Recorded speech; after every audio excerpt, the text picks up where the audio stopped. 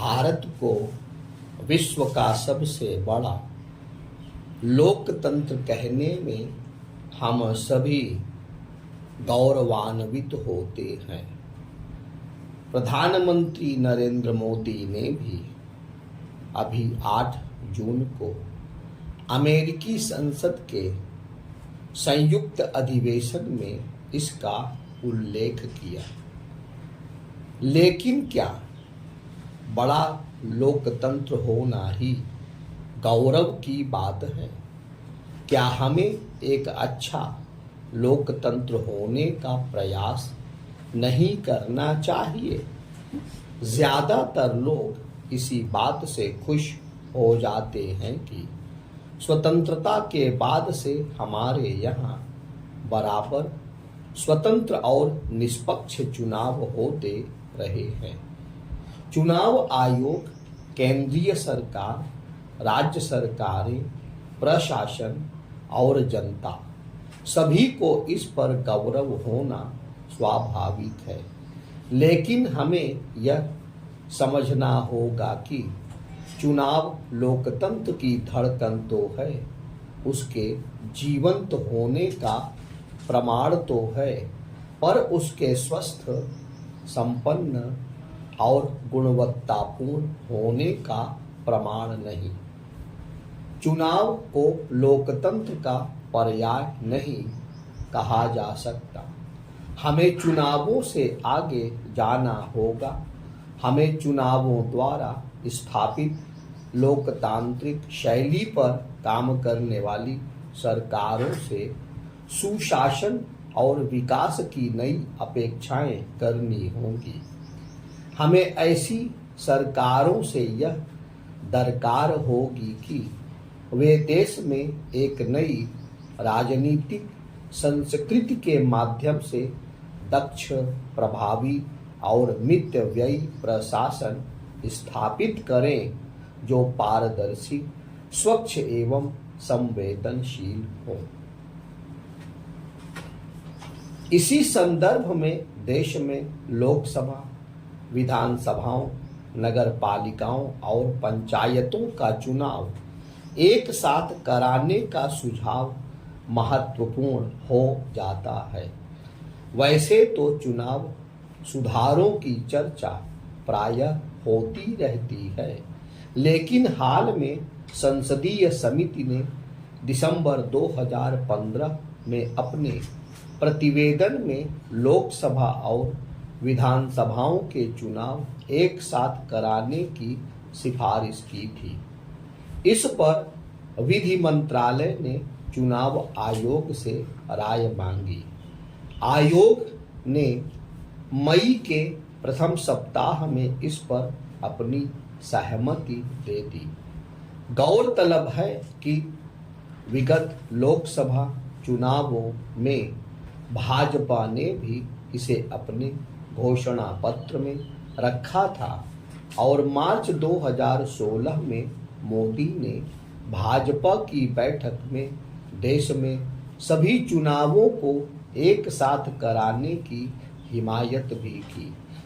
भाजपा के वरिष्ठ नेता लाल कृष्ण आडवाणी इस विचार के समर्थक रहे हैं और 28 मई 2010 के अपने ब्लॉग में उन्होंने यह भी लिखा कि कुछ समय पूर्व एक रात्रि भोज के दौरान इस मुद्दे पर तत्कालीन प्रधानमंत्री मनमोहन सिंह और तत्कालीन वित्त मंत्री प्रणब मुखर्जी भी एक साथ चुनावों के विचार से सहमत दिखे।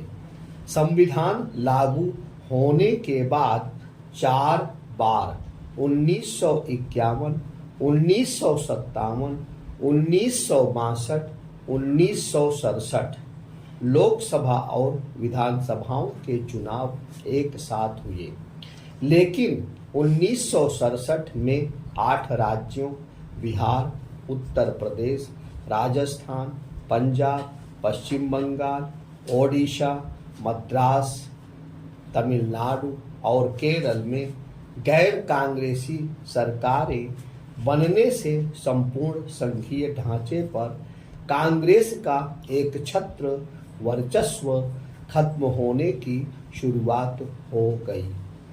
गैर कांग्रेसी सरकारों को भंग करके उन राज्यों में मध्यावधि चुनाव कराए गए।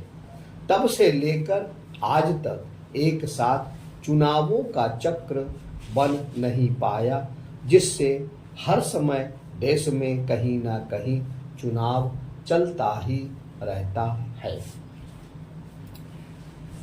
एक साथ चुनाव कराने का विचार तो अच्छा है, लेकिन उसमें अनेक बाधाएं हैं जिन्हें दूर करने के बारे में राष्ट्रीय सहमति जरूरी होगी।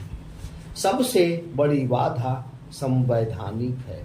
संविधान ने हमें लोकतंत्र का संसदीय मॉडल दिया, जिसमें यद्यपि लोकसभा और विधानसभाएं 5 वर्षों के लिए चुनी जाती हैं, लेकिन अनुच्छेद 85 के अनुसार राष्ट्रपति लोकसभा को और अनुच्छेद 174 के अंतर्गत राज्यपाल विधानसभा को 5 वर्ष के पूर्व भी भंग कर सकते हैं। अनुच्छेद 356 के तहत राज्यों में राष्ट्रपति शासन लगाया जा सकता है और विधानसभाओं को आपातकाल की स्थिति में उनके कार्यकाल के पूर्व भी भंग किया जा सकता है। अनुच्छेद 352 के तहत युद्ध, बाह्य आक्रमण और सशस्त्र विद्रोह की स्थिति में राष्ट्रीय आपात लगाकर लोकसभा के कार्यकाल को 5 वर्ष के आगे बढ़ाया भी जा सकता है। इसके अतिरिक्त अनुच्छेद 2 के अंतर्गत संसद किसी नए राज्य को भारतीय संघ में शामिल कर सकती है और अनुच्छेद 3 द्वारा कोई नया राज्य बना सकती है, जिनके चुनाव अलग से कराने पड़ सकते हैं। यदि नगर पालिकाओं और पंचायतों के चुनाव भी संसद और विधानसभाओं के साथ कराने का सुझाव भी जोड़ दिया जाए तो संविधान के भाग 9 अनुच्छेद 243 में भी कई संशोधन करने पड़ेंगे। ऐसे संवैधानिक संशोधनों में आधे राज्यों की सहमति भी आवश्यक होगी। ज्यादातर यूरोपीय देशों ने संसद के निर्वाचित सदन के स्थायित्व का मॉडल अपनाया है और इंग्लैंड, जहां से हमने अपने संविधान का मॉडल लिया, वहां भी कॉमन सभा का कार्यकाल निश्चित करना सोचा जा रहा है। इस पूरी योजना में संसद द्वारा सरकार कार्यपालिका हटाने पर कोई प्रतिबंध नहीं होगा, बल्कि सरकार कार्यपालिका द्वारा संसद और विधानसभाओं को हटाने पर प्रतिबंध लग जाएगा। लेकिन वर्तमान राजनीतिक परिदृश्य में भारत में ऐसा हो पाना संभव नहीं लगता। लेकिन एक साथ चुनाव कराने के फायदे बहुत हैं। एक, पूरे देश में केवल एक ही मतदाता सूची होगी। अभी लोकसभा, विधानसभा और स्थानीय निकायों की अलग अलग मतदाता सूचियां हैं। अक्सर मतदाता का नाम एक सूची में होता है, लेकिन दूसरी सूची में नहीं होता, जिससे वह मतदान से वंचित हो जाता है। 2, देश को प्रतिवर्ष चुनाव से राहत मिलेगी और सरकारों व जनता को 5 वर्ष तक अपने अपने काम पर ध्यान देने का अवसर मिलेगा। 3, रोज रोज के चुनावों से विकास कार्य प्रभावित होते हैं। कहीं मॉडल कोड ऑफ कंडक्ट के कारण विकास रुकता है तो कहीं नौकरशाह चुनावों का बहाना बनाकर विकास कार्यों से बचते हैं। 4. देश में चुनावों में हिंसा रोकना एक बड़ी चुनौती होती है, जिसमें पुलिस, अर्धसैनिक बल और कभी कभी सेना भी बुलानी पड़ती है। यदि 5 साल के बाद चुनाव हो तो उनको भी बड़ी राहत मिलेगी। 5.